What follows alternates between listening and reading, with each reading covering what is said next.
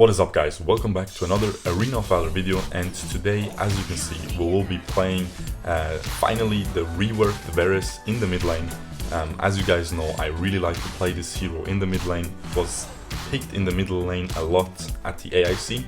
I do think, however, that this rework, now I say rework because I do think this is actually a buff for her. She feels a lot more well-rounded as a hero. Now, as you can see, we had a little bit of a troll. We had the last guy didn't want to pick support, so he picked Violet. So we have dual ADC, but we still end up doing pretty well this game. So yeah, as I'm saying, now before the rework, the hero seemed to be harder to balance. Like, she used to be very broken. Then the next patch she was really bad because she got nerfed, and then she got buffed again, and she was really strong again, but shifted into the mid lane role. And now I feel like with the 5 stacks required, it's more suited as a side laner again. I still think she's really good in the mid lane as well. And yeah, basically they reworked a bunch of stuff, and just the essence of it, and a lot of people agree. I think even Darkbreaker said that he feels like this is actually a buff in the end, because they made her S1 deal more damage. They made the abilities are a lot more smoother to use, they're easier to hit. So I feel like it's just, in general, the hero is even more fun for me than it used to be. Like, it already used to be a very fun hero, but with the rework, basically they shifted the strength into the right spots. I feel like she heals more, she's just a lot more durable. She lost damage in certain part of her kits, but got it in other parts, and it just feels more well-rounded as a hero now. So I feel like this is a good place where they want to be with this hero.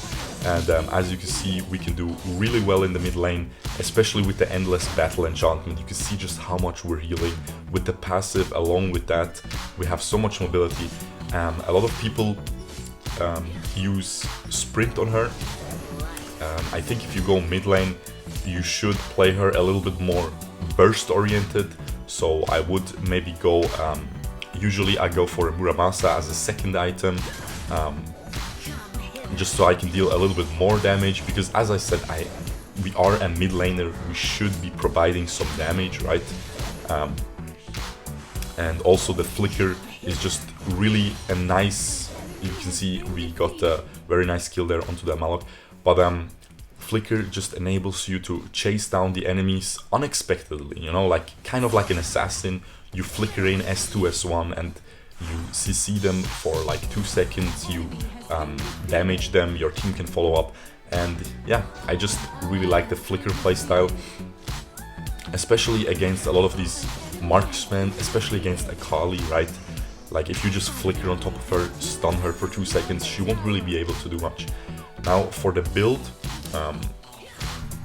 usually I would go, if you're playing just generally side lane or even mid lane, but they have a lot of physical damage, I would go for an Aegis into the Muramasa, right? This gives you so much cooldown reduction. This just makes your build, like, it just maximizes the amount of cooldown. We canceled the Malok beautifully there, but as I'm saying, it just maximizes your cooldown reduction, and that's basically what you want, especially when they made her need 5 stacks for a passive. It's even more important to just be able to spam those abilities during team fights, and to spam that ultimate as well. Like, the ultimate becomes such a low cooldown with this build, so definitely very important. And yeah, so basically you can, however, deviate from that build, of course, and I do that very often. Oftentimes I feel like, okay, the Aegis is 20% cooldown reduction. It is a lot of armor, but it is no health, right? That is, by the way, why we go for that green enchantment, so it gives us a lot of bonus health as a secondary tree. The little tree that you see on the screen right now is giving us a lot of bonus health already. And usually I'm like, not usually, but oftentimes I'm like, okay, we need some bonus health, so I go for the Frost Cape early. Just in general, Frost Cape is really good. The passive helps her kit very well. It just makes you able to slow people down and set up those stuns, right? And yeah, basically this game, of course, we were laning against the Kali. You will most of the time lane against mages in the mid lane, of course, but usually side lane you wouldn't go for that early magic resistance item. But this game I felt like I had to, because I don't always want to just use my ult where Kali is poking me to just jump away from her ult, right? So I feel like I just wanted that little belt magic resistance item so I can sustain against that a little bit better, right? Because Varus mid lane does tend to get poked out by that Crixie, by that Kali, so against those I would always go for that little. You don't need to go for Medallion of Troy straight away, first item, because they do have a Murad, they do have a lot of physical damage. So you just go for the small item. It's 1.2k gold. It gives you a lot of sustain, it gives you health regen whenever someone hits you, right? It's just a beautiful item to buy early on to help you in the laning phase, so we went for that. And yeah, basically that is also a good tip for all of your side lane heroes. Whenever you're playing against Marja, right?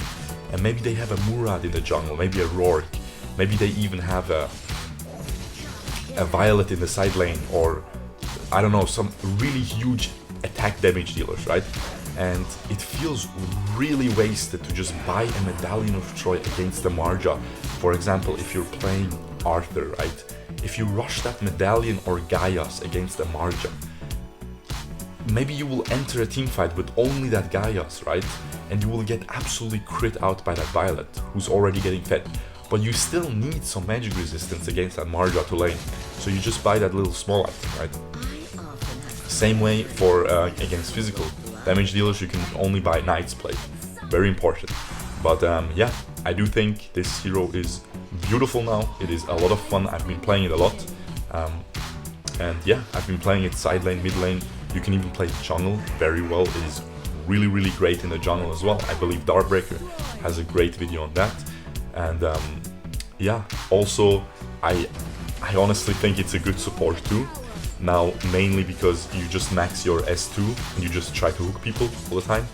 And yeah, you provide. Okay, let's just stop with the commentary while we're watching this play. I ran in 1v4, no one is close on me on the minimap, but I knew I can just sustain against everyone. I dodge all the abilities, dodge the Telenass ult, dodge the Malok ult, and we are able to beautifully just juke out everyone. And here I just try to stay safe.